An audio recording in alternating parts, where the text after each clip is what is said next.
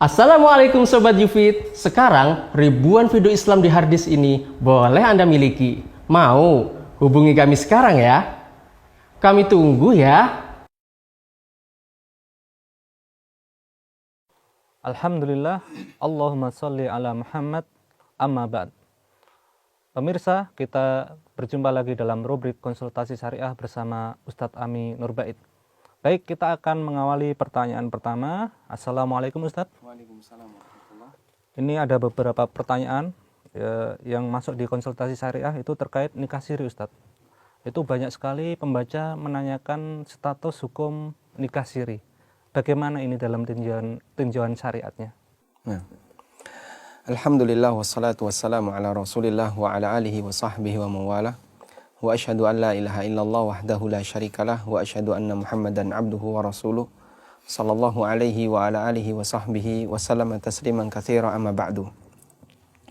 Istilah nikah siri di tempat kita ada beberapa pemahaman ya.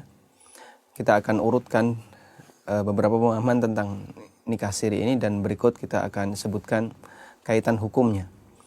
Yang pertama, nikah siri dipahami sebagai nikah tanpa wali dan tidak ada saksi, sehingga dia dilakukan secara rahasia, tidak ada wali yang sah dari pihak wanita. Dan ini yang sempat semarak kemarin, ada kasus orang yang kemudian melelang sebagian wanita, dan sebenarnya ini mirip dengan trafficking ya, jual beli manusia.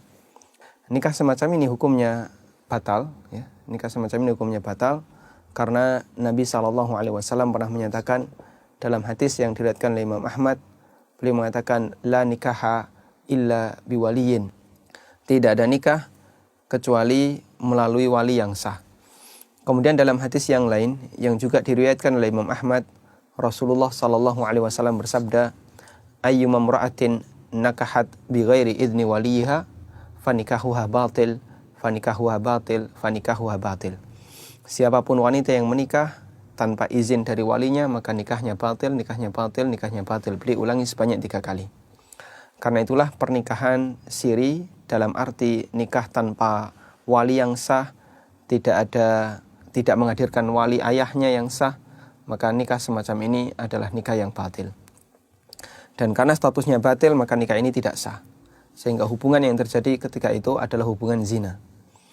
Kemudian yang kedua, nikah siri dipahami sebagai nikah tanpa saksi. Nikah tanpa saksi. Maksudnya bagaimana? Dia menikah, ada wali yang sah, tapi tidak ada saksi. Yang tahu hanya seorang lelaki dan perempuan. Tidak memenuhi kriteria saksi yang sah dalam pernikahan. Dan kriteria saksi yang sah dalam pernikahan minimal 2 orang. Laki-laki. Ya. Sehingga ketika hanya diketahui oleh seorang lelaki atau seorang wanita, maka ini tidak diperbolehkan. Dan saksi itu selain pelaku. Saksi selain pelaku. Karena itulah saksi di luar pengantin laki-laki, wali dari pihak wanita, ya, dan pengantin wanita. Sehingga mereka adalah orang selain 3 orang ini. Baik. Pernikahan tanpa saksi semacam ini adalah pernikahan yang batal, sebagaimana ini pendapat ulama 4 madhab, baik di kalangan Hanafiyah, Malikiyah, Syafi'iyah maupun Hambali. Dan ada satu riwayat dari Umar bin Khattab radhiyallahu anhu, beliau pernah mendapatkan informasi ada orang yang menikah namun yang menyaksikan pernikahannya hanya 2 orang, seorang lelaki dan seorang wanita. Kemudian Umar mengatakan, aku menghukumi nikah ini adalah nikah yang batal.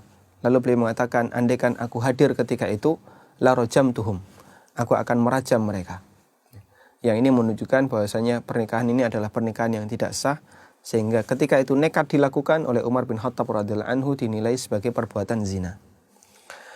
Kemudian yang ketiga, nikah siri dalam arti tidak diumumkan, tidak diwalimahkan.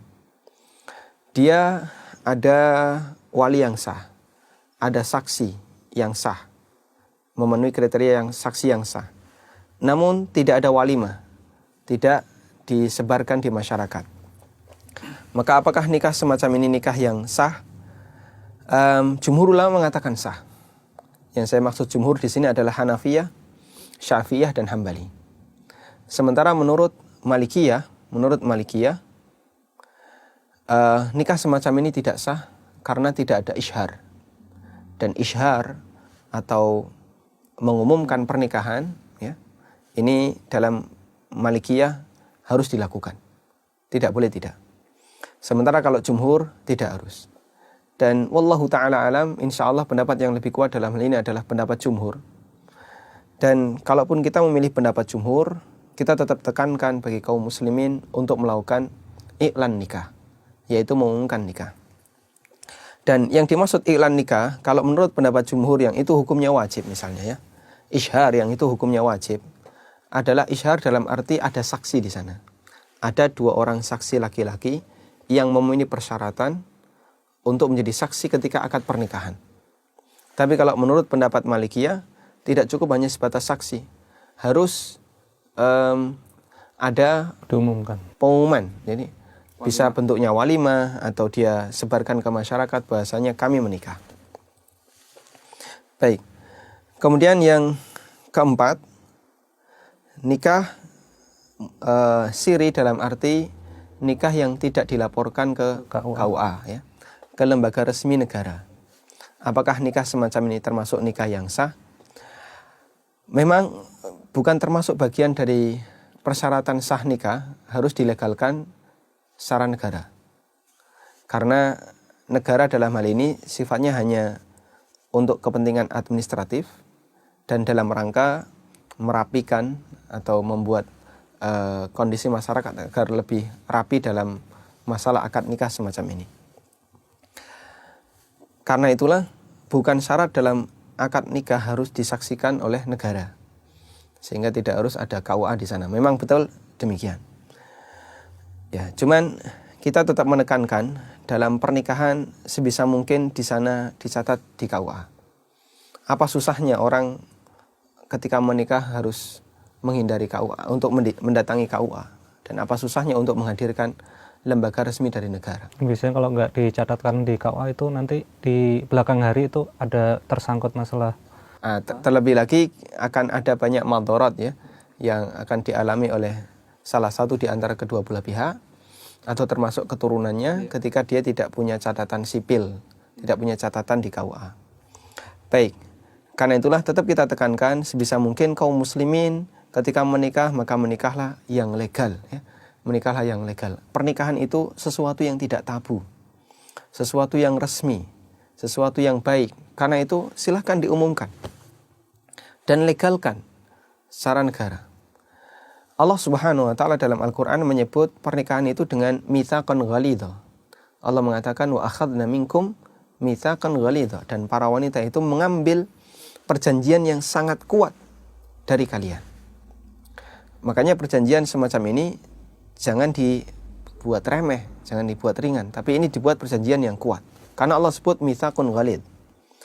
Karena itulah untuk semakin memperkuat perjanjian tadi, kita laporkan ke KUA, ya.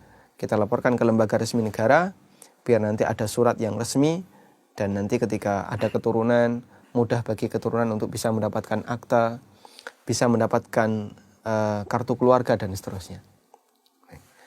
Dan kita juga menekankan kepada kaum muslimin agar ketika menikah mengadakan walimah semampunya. Walimah itu tidak harus mewah. Yang penting pokoknya ngundang orang di sekitar yang punya kepentingan dengan kita, misalnya tetangga atau keluarga atau misalnya kawan, ya. Tidak harus banyak. Yang penting mereka punya kepentingan dengan kita. Yang saya maksud punya kepentingan adalah kalau misalnya kita bergandengan dengan seorang wanita, tidak menimbulkan suudzon. Karena kita sudah memberitahu ke mereka kalau saya menikah. Tapi kalau orang yang tidak punya kepentingan, misalnya tetangga jauh atau kawan jauh, tahu dan nggak tahu tentang pernikahan kita, nggak berpengaruh, maka mungkin Anda tidak harus mengundangnya. Ini mungkin solusi yang bisa diberikan bagi mereka yang mungkin menghadapi kesulitan dalam masalah dana walimah, ya, dana walimah. Karena Nabi SAW pernah memerintahkan Abdurrahman bin Auf radhiyallahu an ketika beliau ditanya oleh Nabi SAW, saya baru saja menikahi seorang wanita Ansar binawatin min dhahab, dengan satu nawat berupa emas, ya, atau sebiji emas, sebagai mahar. Kata Nabi sallallahu alaihi wasallam, "Fabarakallahu lak aulim walau bisyad." Semoga Allah Subhanahu wa taala memberkahi kamu dan lakukanlah walimah meskipun hanya dengan seekor kambing. Baik. Dan perintah di sini menurut jumhur ulama adalah perintah yang sifatnya anjuran, tidak wajib. Karena itu kita tekankan kepada kaum muslimin yang menikah hendaknya mengadakan walimah. Wallahu a'lam. Terima kasih Ustadz atas jawabannya. Demikian pemaparan dari Ustadz Amin Nurbait. Mudah-mudahan bermanfaat untuk kita semua. Kurang lebihnya mohon maaf. Wassalamualaikum warahmatullahi wabarakatuh. Waalaikumsalam.